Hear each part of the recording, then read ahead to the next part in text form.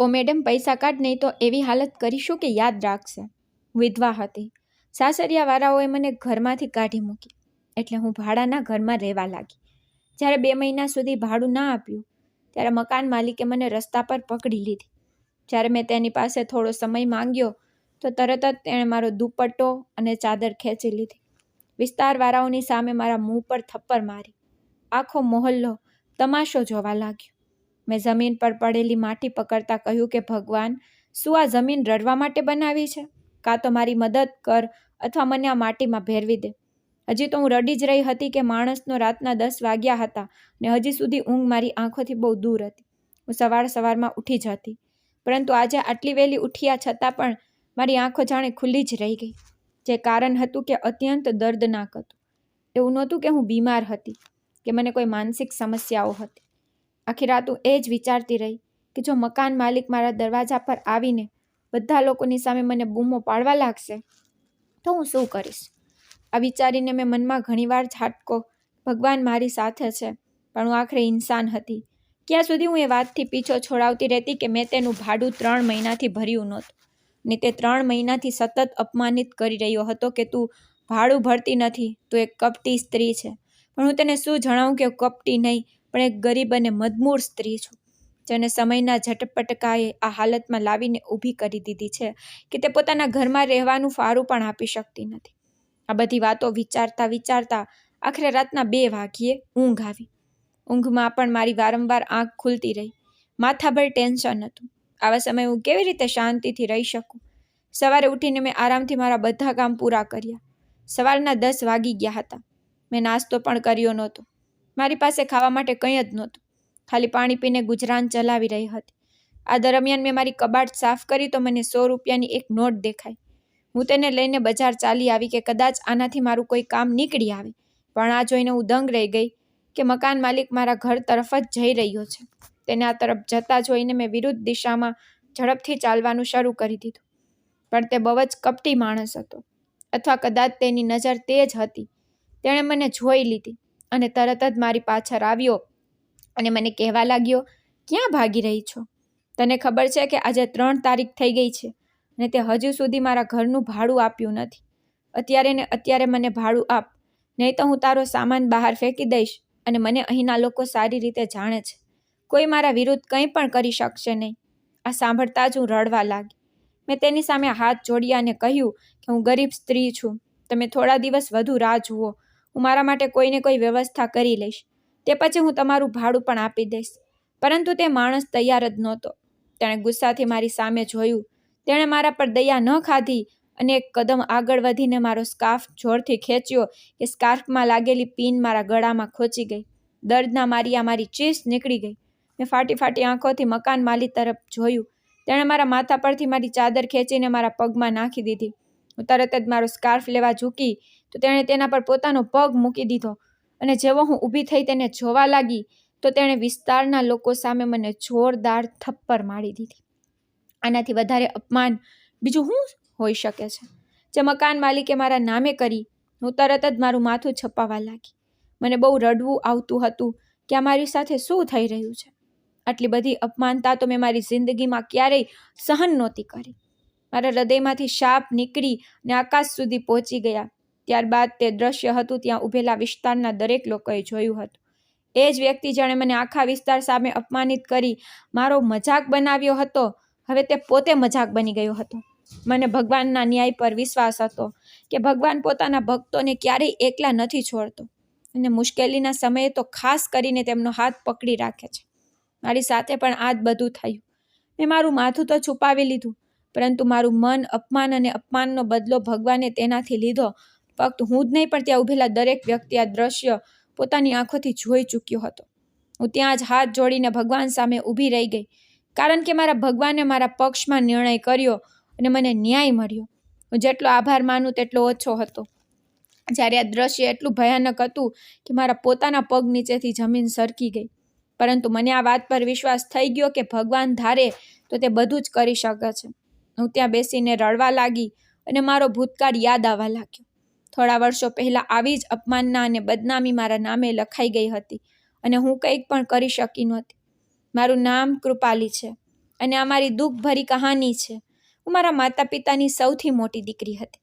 મારાથી નાની 2 બહેનો અને એક ભાઈ છે. મા પિતા અમીર પરિવારના હતા.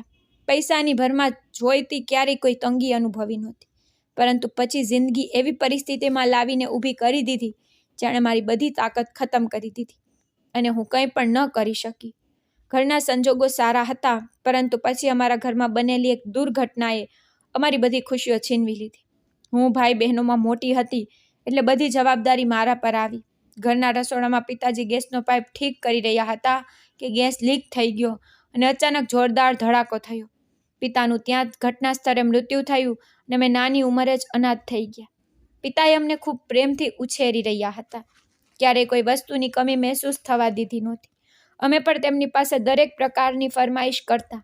ક્યારેક તો એવું થતું કે જે વસ્તુ અમે વિચારીએ તે અમારી સામે લાવીને મૂકી દેતા. અમારો અને મારા પિતાજીનો સંબંધ ખૂબ પ્રેમભર્યો હતો. મને આ સંબંધ પર ખૂબ ગર્વ હતો. હું અવારનવાર છોકરીની જોતી કે તેમના પિતાજી સાથે બિલકુલ મિત્રતા નહોતી અને તેઓ તેમના પ્રેમ માટે તરસતી રહેતી. પરંતુ મારા પપ્પા સાવ અલગ હતા. હસમુખી, મિત્રતાપૂર્વક અને પ્રેમાળ માણસ. તેમણે અમને ક્યારેય કોઈ વસ્તુની કમી મહેસૂસ થવા દીધી નહોતી, બલકે પ્રેમ પણ છલકાવીને આપ્યો હતો. મા પણ અમને પ્રેમ કરતી હતી, પરંતુ અમારી જિંદગીમાં પિતાજીનું જે પાત્ર હતું તે માન નહોતું. પિતાજીનો વિયોગે મારા પર ઊંડો પ્રભાવ પાડ્યો. મા પણ ખૂબ બીમાર પડી ગયા. પિતાજી માને પણ પ્રેમ કરતા હતા અને તેમનું દરેક રીતે ધ્યાન રાખતા હતા. તે આ વાતને ખૂબ માનતા હતા કે પત્નીઓને તેમના હક આપવાની સાથે તેમને પ્રેમ પણ આપવો જોઈએ, જેથી તે તમારી પેઢી વધારવા માટે તમારી સાથે ઊભી રહે. મા સાથે પણ આ જ બધો મામલો હતો. જલ્દી જ મા બીમાર થઈ ગઈ. તે સમયે હું નાની ઉંમરની જ હતી. તેમણે મને કહ્યું કે કૃપાલી, જો મને કંઈક થઈ જાય તો બાકીના ભાઈ બહેનોની બધી જવાબદારી તારી છે. હું તડપીને રહી ગઈ. તેમણે કહ્યું કે હજી તો પિતાજીના જવાનું દુઃખ તાજું છે. તમે આ કેવી વાતો કરી રહ્યા છો? મેં તેમને ગળે લગાડી લીધા. તેમણે કહ્યું કે તમે આવી વાતો ન કરો. મારું હૃદય દુખે જ છે. પણ તે સાચું કહેતી હતી. જે દિવસે તેણે મને આ વાત કહી તે જ દિવસે તે અવસાન પામી અને હું આ દુનિયામાં એકલી રહી ગઈ. પિતાજી જ્યાં સુધી હતા ત્યાં સુધી સાથે હતા અને જ્યારે પિતાજી જતા રહ્યા તો બધું તેમની સાથે જતું રહ્યું. જ્યારે પિતાએ અમારા માટે જમા પૂંજી છોડી હતી, વિસ્તારમાં મારી 2-3 દુકાનો હતી જેનું ભાડું આવતું, તો અમે આરામથી બેસીને ખાઈ શકતા હતા. પરંતુ હવે મને મારા ભાઈ બહેનોની ચિંતા હતી. મેં ઘરમાં ટ્યુશન ભણાવવાનું શરૂ કર્યું અને સાથે સાથે મારો અભ્યાસ ચાલુ રાખ્યો. હું પ્રાઇવેટ ભણતી હતી અને ટ્યુશનના ખર્ચામાંથી મારા ભણતરનો ખર્ચ પણ ઉપાડતી હતી. પિતાજીની દુકાનમાંથી આવતા ભાડાઓથી ઘરનો ખર્ચ ચાલતો હતો. ભાઈ બહેન પણ ભરી રહ્યા હતા, પરંતુ મા પપ્પાના જવાથી જે તકલીફ અમારા જીવનમાં પેદા થઈ તે ભરી શકાય નહીં. મને દરેક ક્ષણે તેમની યાદ આવતી રહેતી અને સાથે જ તેમનું આ વાક્ય મારા કાનમાં ગુંજતું કે કૃપાલી, હવે તારા ભાઈ બહેનોની જવાબદારી તારા પર છે. તારે તેમને બિલકુલ એકલા છોડવાના નથી. માએ સિલાઈ અને ભરતકામનું કામ પણ શીખવ્યું હતું અને આ હુનર આજે કામ આવી રહ્યું હતું. નાની બહેન ભણી ગણીને ગ્રેજ્યુએશન કરી લીધું તો આ દરમિયાન તેનો એક સારા ઘરમાંથી સંબંધ નક્કી થઈ ગયો. મેં તરત જ તેના લગ્ન માટે પૈસા ભેગા કરવાનું શરૂ કરી દીધું અને તેના લગ્ન કરાવી દીધા. હું તે સમયે યુવાન થઈ ચૂકી હતી. લોકોએ ખૂબ વાતો કરી કે પહેલાં તારે લગ્ન કરવા જોઈએ, પરંતુ હું તેમને શું જણાવતી કે માં મારા પર આ જવાબદારી આપી ગઈ છે અને હું તેને દરેક હાલતમાં નિભાવીશ. આમ મારી એક બહેન પોતાના ઘરની થઈ ગઈ. જલ્દી જ બીજી બહેનનો પણ સંબંધ નક્કી થઈ ગયો. ભાઈ પણ ભણી ગણીને એક સારી નોકરી પર લાગી ગયો. અમારા ભાઈ બહેનોએ મને કહ્યું કે દીદી હવે બસ, તમે કામ ન કરો. મારી ભણતર પણ ધીમે ધીમે પૂર્ણ થઈ રહ્યું હતું. થોડા દિવસોમાં મેં મારા બંને ભાઈ બહેનોના લગ્ન કરાવી દીધા. ભાભીના આવતા જ મામલો થોડો અલગ થઈ ગયો. ભાઈએ પોતાની પસંદગીથી લગ્ન કર્યા હતા, એટલે ભાભીનો વ્યવહાર મારી સાથે અવારનવાર એવો થતો જાણે કે હું કોઈ અછૂત. જોકે આ બધા લોકોને પોતાના ઘરોનું કરવા માટે હું આખી રાત મોડે સુધી જાગીને કામ કરતી, ઘરને સંભાળતી અને ભણતર પણ કરતી. મેં પણ મારા ભાઈ બહેનો પર કોઈ બોજ નહોતો નાખ્યો. માની વાતને પોતાના આચરથી એટલી કસાઈને બાંધી લીધી પછી તેને ક્યારેય છોડી નહીં અને પોતાની ખુશીઓને તેમના પર સમર્પિત કરી દીધી. ક્યારેક મને લાગતું કે વિસ્તારવાળા સાચું જ કહેતા. જો મેં સ્વાર્થી બનીને મારું વિચાર્યું હોત તો હું આજે એક બહુ સારી જિંદગી પસાર કરી રહી હોત. મારી ઉંમર ઘણી થઈ ચૂકી હતી. જોકે આ કોઈ વધારે ઉંમર તો નહોતી. પણ કેટલાક વર્ષોમાં મને એવું લાગતું કે જ્યારે મેં ઘણા વર્ષોનો અનુભવ મેળવી લીધો છે. ભાભીનું વર્તન જોઈને મને સખ્ત રીતે આ વાતનો અહેસાસ થતો કે કાશ મેં મારા વિશે વિચાર્યું હોત, પણ પછી મેં મારી જીભ પર તારું મારી દીધું. હું મારા ભાઈનું ઘર કોઈ પણ સંજોગોમાં ખરાબ કરવા નહોતી માંગતી. હું હંમેશા તેને ખુશ જોવા માંગતી હતી, પરંતુ કદાચ તેને પોતાની બહેન પર દયા ન આવી. તે પોતાની પત્નીનો ગુલામ બની ગયો. મેં આખા 3 વર્ષ તેની પત્નીની સેવા કરી, તેના બાળકોને ઉછેરવામાં તેની મદદ કરી, પરંતુ આ લોકો અનુપકારી સાબિત થયા અને મને દર વખતે એક બિનજરૂરી વસ્તુની જેમ બાજુ પર મૂકી દેતા. મારાથી આ બધું સહન નહોતું થતું. હવે દરેક વસ્તુ મારા હદ બહાર થવા લાગી. મારી બહેનો પણ પોતાની જિંદગીમાં પોતાની એટલી વ્યસ્ત કરી લીધી કે તેમને મારી ચિંતા નહોતી. ના તેમને એ ખ્યાલ આવતો કે મોટી બહેનના પણ હવે લગ્ન કરી દેવા જોઈએ. હું મારા મોઢેથી મારા સંબંધની વાત કેવી રીતે કરું? લોકો મને આના પર પણ વાતો સંભળાવતા અને હું હવે આ બધું સહન કરવા સક્ષમ નહોતી. અને વર્ષો પસાર થતા ગયા. 6 વર્ષ સુધી મેં ભાઈ અને ભાભીની વાતો સહન કરી, તેમના બાળકોની પણ ઝીણવટ ભરી વાતો સાંભળી જ્યારે તેઓ ઉંમરમાં બહુ નાના હતા. પરંતુ સ્વાભાવિક છે કે જે મા બાપ તેમને શીખવશે તે જ તેઓ પોતાની ઉછેરમાં વ્યક્ત કરશે. તેની માએ મારા વિરુદ્ધ તેમના મનમાં એટલું ઝેર ભરી દીધું કે તેઓ વાત પર મને વાતો સંભળાવતા અને ઘણીવાર તો એમ પણ કહ્યું કે ફૂઈ, તમે અમારા ઘરેથી કેમ જતા નથી રહેતા? હું તેમની વાતો ચૂપચાપ સહન કરવા મજબૂર હતી. મને સમજાતું નહોતું કે હું શું કરું, ક્યાં જાઉં. બસ દરેક વખતે રોઈ રોઈને ભગવાન પાસે પ્રાર્થના કરતી કે હે ભગવાન, મારી જિંદગીની કાયા પલટી દે. જે લોકો માટે મેં મારું જીવન સમર્પિત કરી દીધું, આજે એ જ લોકો મારાથી મોઢું ફેરવીને ઊભા છે. ભાઈ તો ઠીક, બહેનોએ પણ મને પૂછવાની તસ્તી નથી લીધી કે તું કઈ હાલતમાં જીવી રહી છે. ક્યારેક તમારા કપડાં એટલા ફાટેલા જૂના થઈ જતા કે તેમને પહેરતા પણ શરમ આવતી. પરંતુ ક્યારે ભાઈએ મને એક પૈસો તો હાથમાં ન આપ્યો કે તું પણ તારી પસંદગીની કોઈ વસ્તુ લઈ લે અથવા તું તારા માટે કપડાં ખરીદી લે. જે કંઈક કહું, મહેનત કરતી તે પોતાના પર ખર્ચ કરવાનું વિચારતી, તો ભાભી કોઈને કોઈ બહાનું બનાવીને મારાથી તે બધા પૈસા લઈ લેતી. અને સાચી વાત તો એ હતી કે હું મારા ભત્રીજી અને ભત્રીજાને ખૂબ પ્રેમ કરતી હતી, એટલે હું તેમના પર સર્વસ્વ અર્પણ કરવાની સાથે સાથે ક્યારેક ખર્ચ પણ કરી દેતી. પણ હવે હું થાકી ચૂકી હતી. એવું લાગતું કે યુવાનીની ઉંમરમાં વૃદ્ધાવસ્થામાં પહોંચી ચૂકી છું અને મારે હાડકાઓમાં દમ નથી. આ એ જ ભાઈ બહેન હતા જેના માટે મેં મારું જીવન ત્યાગ કરી દીધું અને હવે તેઓ મને પાછા ફરીને પૂછવા પણ રાજી નહોતા. આવામાં મારા જીવનમાં હવાના એક ઝટકા જેવી મારી પાડોશી રિંકલબેન આવી. રિંકલબેન ખૂબ સારા સ્વભાવના માલિક હતા. હું અવારનવાર તેમની પાસે જતી અને મારા મનનો હાલ કહેતી, કારણ કે મારી પાસે કોઈ એવું નહોતું જેને હું મારી મનની વાત કહીને હળવી થઈ શકું. રિંકલબેન મારી હાલત હવે સારી રીતે જાણી ચૂક્યા હતા. તેમણે મને કહ્યું કે તું કહેતો હું તારા માટે એક સંબંધ મોકલું. હું જે ભાઈ અને ભાભીના વર્તનથી ખૂબ કંટાળી ગઈ હતી, મેં તેમને કહી દીધું કે હા જરૂર, જો તમારી નજરમાં કોઈ એવો છોકરો હોય જો મને આ ઉંમરે સ્વીકારે ને મારી સાથે જીવન પસાર કરવાની ઈચ્છા હોય તો તમે જરૂર સંબંધ મોકલો. 1 કે 2 મહિનાની અંદર જ રિંકલબેને પોતાની એક પરિચિતના દીકરાનો સંબંધ મોકલી દીધો. મારા પતિ પણ સૌથી મોટા ભાઈ હતા. તેમણે પણ પોતાના ભાઈ બહેનો માટે બલિદાનો આપ્યા હતા. તેમણે પોતાના ઘરોનું કરી દીધું હતું અને જે કંઈક તેમની સાથે બન્યું હતું તે જ મારી સાથે હતું. એટલે કે તેમને વિશે પણ કોઈએ નહોતું વિચાર્યું કે હવે તેમને પણ એક જીવનસાથીની જરૂર હશે. મારા પતિએ પોતાની જિંદગીનો અડધો ભાગ વિદેશમાં રહીને પસાર કર્યો હતો. મારા અને તેમના વચ્ચે 8 વર્ષનું અંતર હતું, પરંતુ હવે મને આ અંતરથી કોઈ લેવા દેવા નહોતી. હું તેમને પ્રેમ કરવા લાગી, કારણ કે અમારા બંનેના જીવનમાં કોઈ ફરક નહોતો. રિંકલબેને સંબંધ નક્કી કરાવ્યો તો ભાઈ ભાભીએ તો જાણે જીવ છોડાવવા માટે તરત જ હા પાડી દીધી અને ખૂબ જ સાદગીથી લગ્ન થયા, જેમાં મેં લાલ રંગનો જોડો પહેર્યો, લાલ દુપટ્ટો ઓઢ્યો અને આમ હું તેમના ઘરે વિદાય થઈને આવી ગઈ. તેમની સાથે તેમની મા અને બાકી ભાઈઓ પણ રહેતા હતા. બહેનો તો પરણેલી હતી, પરંતુ દરેક અમારા ભાઈ બહેનોની જેમ સ્વાર્થી હતા. તેમણે ફક્ત પોતાનાથી મતલબ હતો, પણ મને તેમની કોઈ ચિંતા નહોતી, કારણ કે મેં તેમના ઘરે જવાનું જ છોડી દીધું. મારા પતિ સારા માણસ સાબિત થયા, પરંતુ કહેવાય છે ને કે જ્યારે જિંદગી સુંદર થવા લાગે છે ને ત્યારે જ તે ખતમ થઈ જાય છે.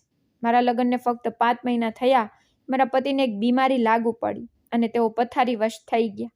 આવા સમયે તેમના ભાઈ બહેનની વાસ્તવિકતા વિશે મને સાચા અર્થમાં ખ્યાલ આવી ગયો હું જે એવું સમજી રહી હતી કે હવે જિંદગી સરળ થઈ ગઈ છે અને મારે કોઈ કસોટીમાંથી પસાર થવું નહીં પડે, ભગવાને મારા માટે એક બહુ ભયાનક કસોટી રાખી દીધી. મારા પતિ જે સારો એવો પૈસો કમાતા હતા અને અમીર ગણાતા હતા, તેમની બીમારી જોઈને મારું હૃદય બળતું રહેતું.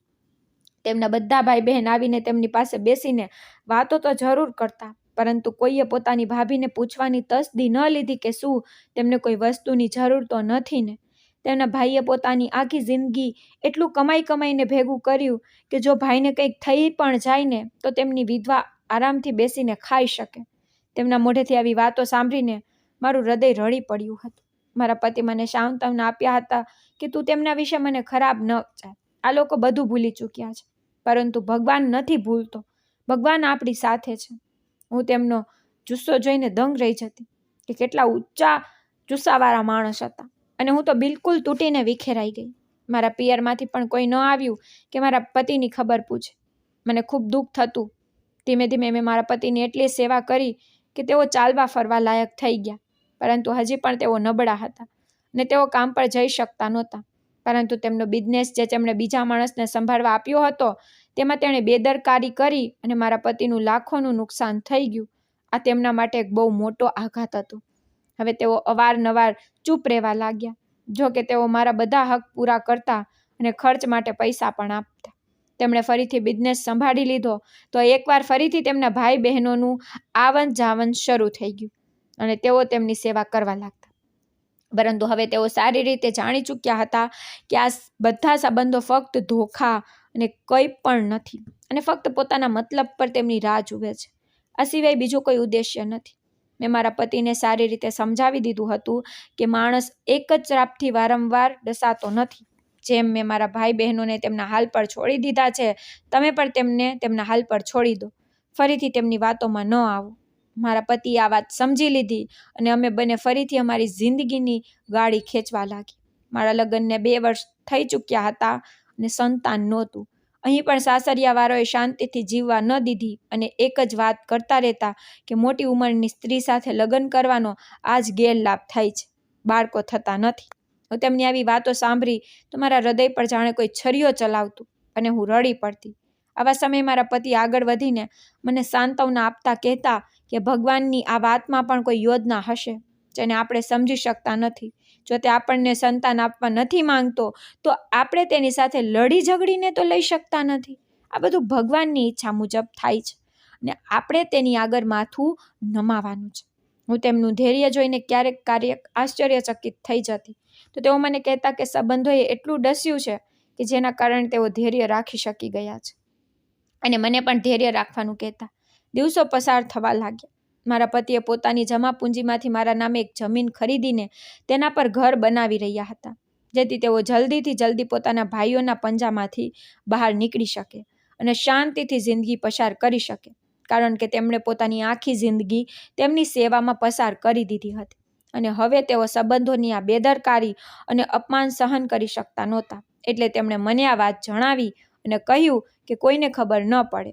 હું ખુશ હતી કે ચાલો હવે જિંદગી શાંતિથી પસાર થશે, પરંતુ મને શું ખબર હતી કે જિંદગી મારા માટે એક એવા વળાંક પર ઊભી છે જેને આગળ કૂવો અને પાછળ ખાય છે. મારા પતિ કોઈ કામથી ઘરની બહાર ગયા અને જ્યારે તેઓ પાછા આવી રહ્યા હતા ત્યારે એક ગાડીએ તેમને ટક્કર મારી. તેઓ ઘટના સ્થળે જ અવસાન પામ્યા. મને ખૂબ આઘાત લાગ્યો અને ઘણા દિવસો સુધી તો હું આ આઘાતની હાલતમાં બેસી રહી, પરંતુ જલ્દી જ મને આ સચ્ચાઈનો ખુલાસો થઈ ગયો કે સાસરિયામાં મારા વિરુદ્ધ ષડયંત્ર ચાલી રહ્યા છે અને મારા પતિના ભાઈઓએ તેમની બધી સંપત્તિ અને તેમની વિધવાને કોઈ પણ નહીં મળે. આ સાંભળીને હું શું જવાબ આપું? મને તો બસ મારા પતિની વિરાહ વ્યથા આપી રહ્યો હતો. મારી બહેનો આવી મને દિલાસો આપ્યો, પાછી ચાલી ગઈ. તેમને ન થયું કે અમારી વિધવા બહેન ક્યાં જશે. તેમને તો એવું લાગતું હતું કદાચ મારા સાસરિયાવાળા ખૂબ સારા છે, પરંતુ તેમની વાસ્તવિકતા તો ફક્ત મને જ ખબર હતી. હવે હું દરેક વખતે આ જ વિચારોમાં રહેતી કે મારી સાથે શું થશે અને હું કેવી રીતે મારી બાકીની જિંદગી પસાર કરીશ. પતિના અવસાનના 3 દિવસ પછી જ એક બીજો ખુલાસો થયો કે હવે હું એકલી નથી અને હું ગર્ભવતી છું. આ સમાચાર સાંભળીને મને સમજ ન આવ્યું કે હું ખુશીથી હસું કે પછી ધ્રુસકે રડું. મને ખુશીના સમાચાર આવા સમયે મળ્યા હતા કે હું ન તો બરાબર ખુશ થઈ શકતી હતી કે ન તો મારું દુઃખ જણાવી શકતી હતી. જિંદગી એક એવા વળાંક પર આવીને ઊભી રહી ગઈ હતી જ્યાં હું ખાલી હાથે રહી ગઈ. મેં આ સમાચાર મળતા જ મારા સાસરિયાવાળાઓને જણાવ્યું કે હું મા બનવાની છું અને તમારા ભાઈના બાળકોને જન્મ આપવાની છું. મને લાગ્યું હતું કે આ સમાચાર સાંભળતા જ તેમનો મારી સાથેનું વર્તન ઠીક થઈ જશે, પરંતુ હું બિલકુલ ખોટી હતી. તેમને આ ચિંતા થઈ ગઈ કે જો તેમના ભાઈના બાળક મોટો થઈને સંપત્તિ પર પોતાનો દાવો સાબિત કરી દીધો તો શું થશે. આ દ્રષ્ટિકોણેથી મેં બિલકુલ નહોતું વિચાર્યું, કારણ કે મારી નિયત સાફ હતી અને સ્વાભાવિક છે કે જો મારું વારસ મારા પતિના જીવનમાં જન્મ્યું હોત તો પછી બધી સંપત્તિ પણ તેની થાત. પરંતુ આ સમયે મને સંપત્તિની ચિંતા નહોતી. આ સમયે તો મને છત મળવાના પણ ફાફા પડી રહ્યા હતા કે જો તેમણે મને ઘરેથી કાઢી મૂકી તો હું શું કરીશ. અને મારો તેમના વિશેનો વિચાર બિલકુલ સાચો હતો.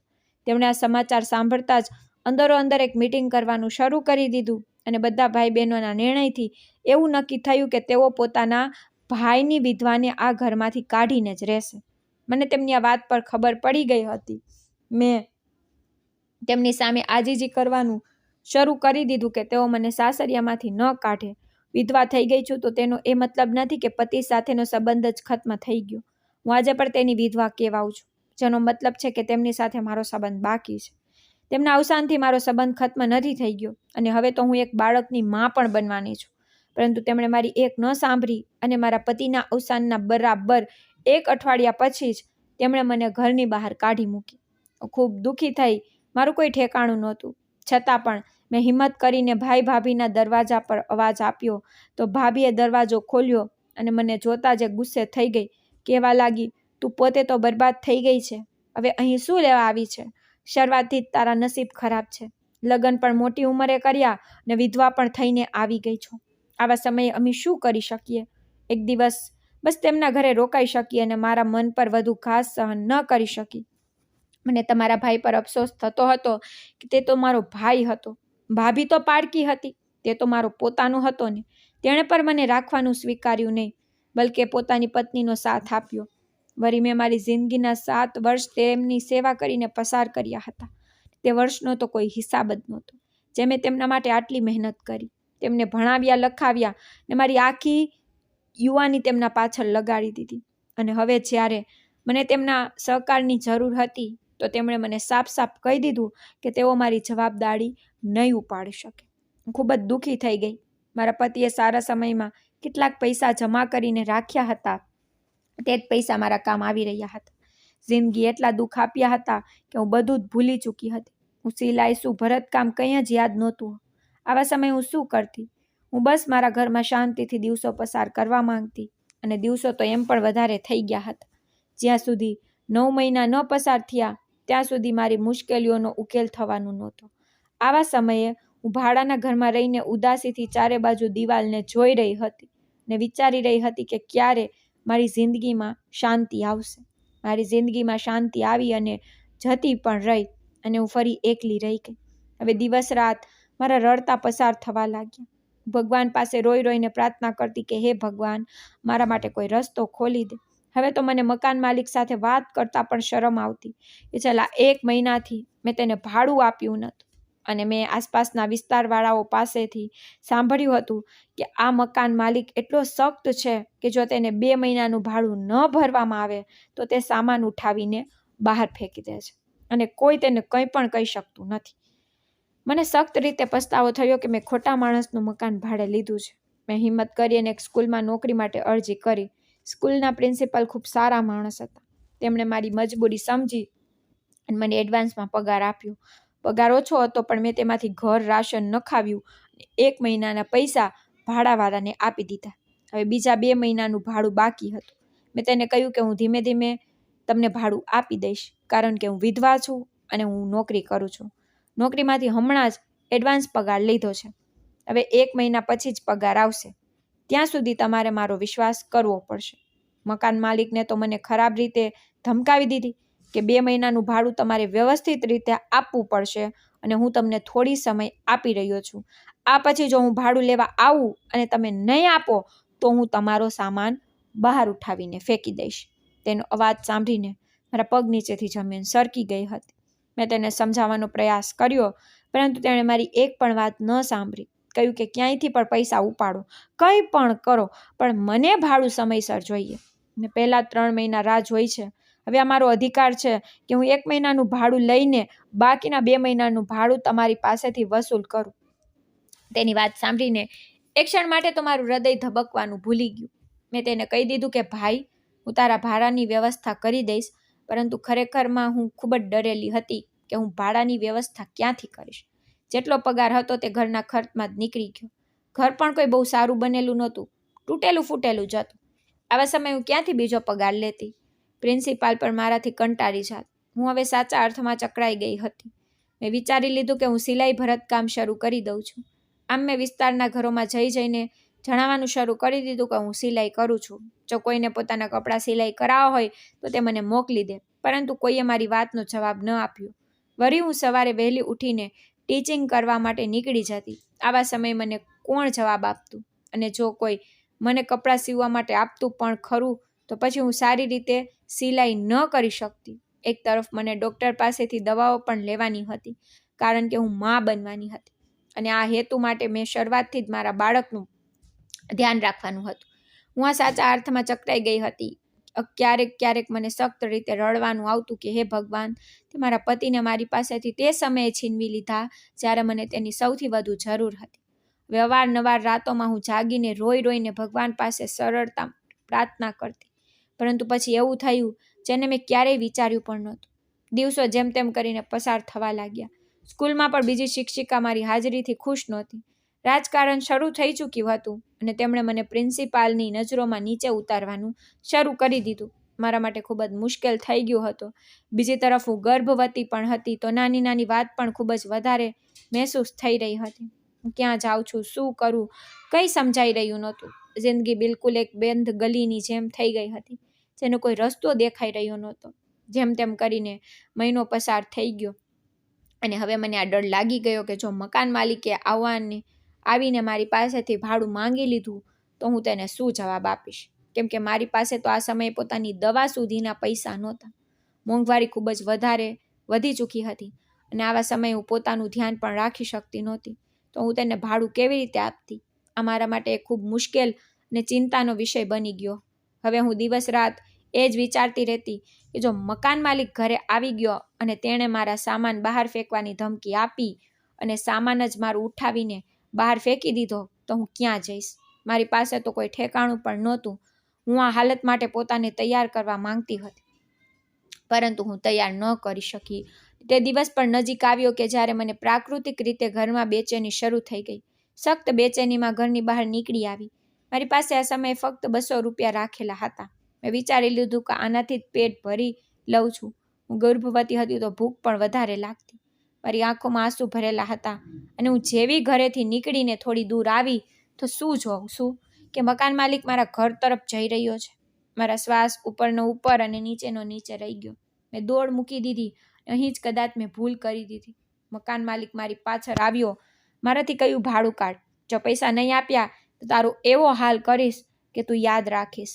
તેનું આ વર્તન જોઈને મારી આંખોમાં આંસુ આવી ગયા. મેં કહ્યું કે હું તમને ભાડું આપી દઈશ. હું કોઈ એવી સ્ત્રી નથી જે તમારા પૈસા ખાઈને ભાગી જાય. તમે મને વધુ સમય આપો અને મારા પર દયા કરો. પણ તે બહુ ક્રૂર માણસ હતો. તે મોટી ઉંમરનો કઠોર માણસ હતો. તેણે મારા પર દયા ન ખાધી, પણ તેની એવી દર્દનાક અને શરમજનક હરકત કરી કે જેને જોઈને મારા પગ નીચેથી જમીન સરકી ગઈ.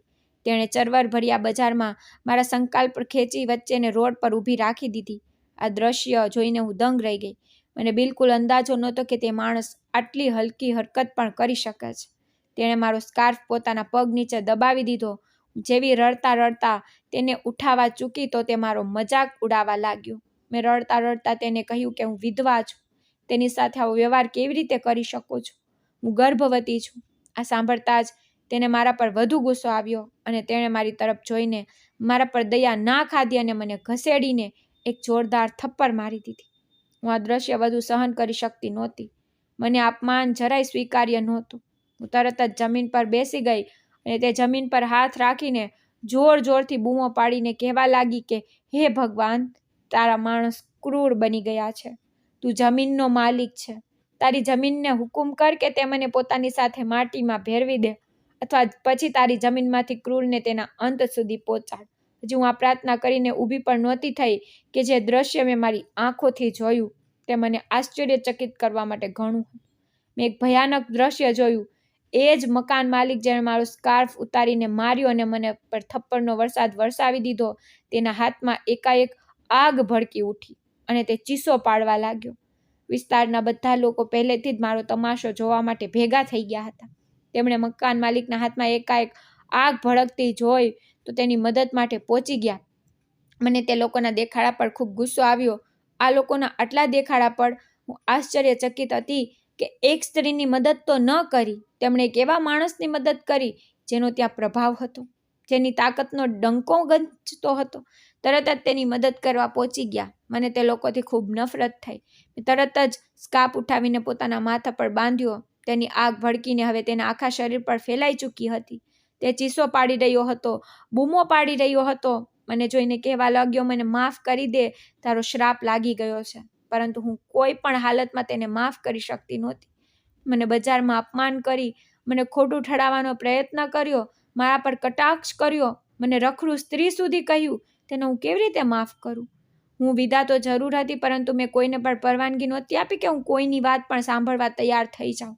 મેં તે જ વખતે મારા હાથમાંથી સોનાનો કડો, જે મારા પતિની છેલ્લી નિશાની હતી, આગળ વધીને તેના સામે ફેંકી દીધો અને કહેવા લાગી, આને વેચીને તારા ભાડાના પૈસા રાખી લેજે અને બાકી પૈસા બચે તેનાથી તારું સફા કરી દેજે, જેથી તારો જીવ બચી જાય. મેં પાછળ વળીને જોયું, પરંતુ લોકોની ભીડ અને બોઘડાટી ખબર પડી રહી હતી કે તે માણસ જીવનની બાજી હારી ગયો છે અને હંમેશા માટે આ દુનિયા છોડીને જતી રહ્યો છે. ભગવાને તેને પાટનો નિશાન બનાવી દીધો અને તે બધા લોકો સામે આ વાત સ્વીકાર કરતો રહ્યો કે મને કેટલાક એવા લોકો દેખાઈ રહ્યા છે જે મારા આખા શરીરને આંખથી બાળી રહ્યા છે અને કહી રહ્યા છે કે આ નરકની આગ છે. તમે તેનો સ્વાદ જમીન પર જ ચાખો, કારણ કે તમે એક વિધવા, ગરીબ અને ગર્ભવતી સ્ત્રી પર ફક્ત હાથ જ નથી ઉઠાવ્યો, બલકે તેના પર આરોપ પણ લગાવ્યો છે અને આખા બજારમાં તેને અપમાનિત કરી છે. મને અંદાજ આવી ગયો હતો કે તે પોતાનો જીવ ગુમાવી ચૂક્યો છે અને હંમેશા બીજા બધા લોકો માટે પાટનું નિશાન બની ગયો છે. મારા ઘરે આવી ગઈ હતી. આ તેનું ભાડાનું મકાન હતું. મેં વિચારી લીધું કે હું તેનું આ મકાન તે જ વખતે ખાલી કરી દઉં છું, કારણ કે હવે તે મરી ચૂક્યો છે અને હું તેની કોઈ પણ વસ્તુ તો શું, હું તેના મકાનમાં રહેવા પણ નહોતી માંગતી.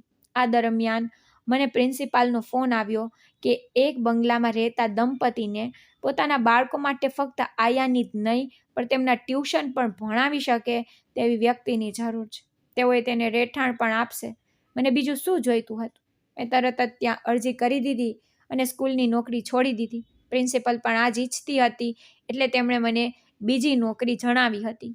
ત્યાં જઈને હું નોકરી કરવા લાગી. ત્યાં તેમણે મને એક રૂમનો નાનું ઘર આપ્યું હતું, જે તેમના બંગલાની સાથે જ બનેલું હતું. હવે મને કોઈ મુશ્કેલી નથી પડતી. તેમના 2 નાના નાના બાળકો હતા. હું તેમને દરરોજ ભણાવતી અને તેમની સારી શિખામણ આપતી. મને આજે પણ તે બધી વાતો યાદ આવે છે તો રૂવાણા ઊભા થઈ જાય છે, પણ તે સમયે મેં તેને હૃદયથી શ્રાપ આપી હતી, કારણ કે ક્રૂર લોકો એવા હોય છે જે તેના માટે મારી પાસે કોઈ માફી નથી. મારા પિયરના લોકો સાથે કોઈ સંબંધ નહોતો રહ્યો. સાસરિયાવાળાઓ તો આંખો બંધ કરી લીધી હતી. મેં તેમના પર એમ પણ આશા છોડી દીધી હતી, પણ પછી તે મકાન માલિકે મારી સાથે જે કર્યું તે મારી સહન શક્તિથી બહાર હતું. એટલે મેં તેને શ્રાપ આપી અને તે તરત જ મારી શ્રાપની ચપેટમાં આવી ગયો. ભગવાનની પકડમાં આવી ગયો. ત્યારે પણ મારા મનમાં તેના માટે દયા નહોતી આવી, કારણ કે તેણે જે શરમજનક હરકત કરી તે સહન બહાર હતી. દિવસો પસાર થવા લાગ્યા. 9 મહિના પછી મારા બાળકનો જન્મ થયો. મેં એક સુંદર દીકરાને જન્મ આપ્યો. મેં તેનું નામ મારા પિતાજીના નામ પર રાખ્યું. હવે હું એક સિંગલ પેરેન્ટ્સ બનીને તેનો ઉછેર કરી રહી છું. તેને સારા ખરાબની શીખ આપી રહી છું. હવે તે જ મારી આખી દુનિયા છે અને આ સિવાય મને જીવનમાં બીજું કંઈ જ નથી જોઈતું. હું ભગવાનની આભારી છું કે તેણે મને સંતાનનું સુખ આપ્યું. હવે આ સિવાય મને જીવનમાં બીજું કંઈ જ નથી જોઈતું. તો મિત્રો, શું દુનિયામાં સગા સંબંધો પણ એવા હોય છે જે આપણને મુશ્કેલ સમયમાં એકલા છોડી દે છે? આ વિશે તમારું શું મંતવ્ય છે મિત્રો? કૃપા કરીને ટિપ્પણી કરીને ચોક્કસ જણાવજો અને આ વિડીયોને વધુમાં વધુ શેર પણ કરજો. અને જો ચેનલ પર નવા છો તો સબસ્ક્રાઈબ કરવાનું ભૂલતા નહીં. આપણે ફરી મળીશું એક નવી વાર્તા સાથે. ત્યાં સુધી આવજો. ધન્યવાદ.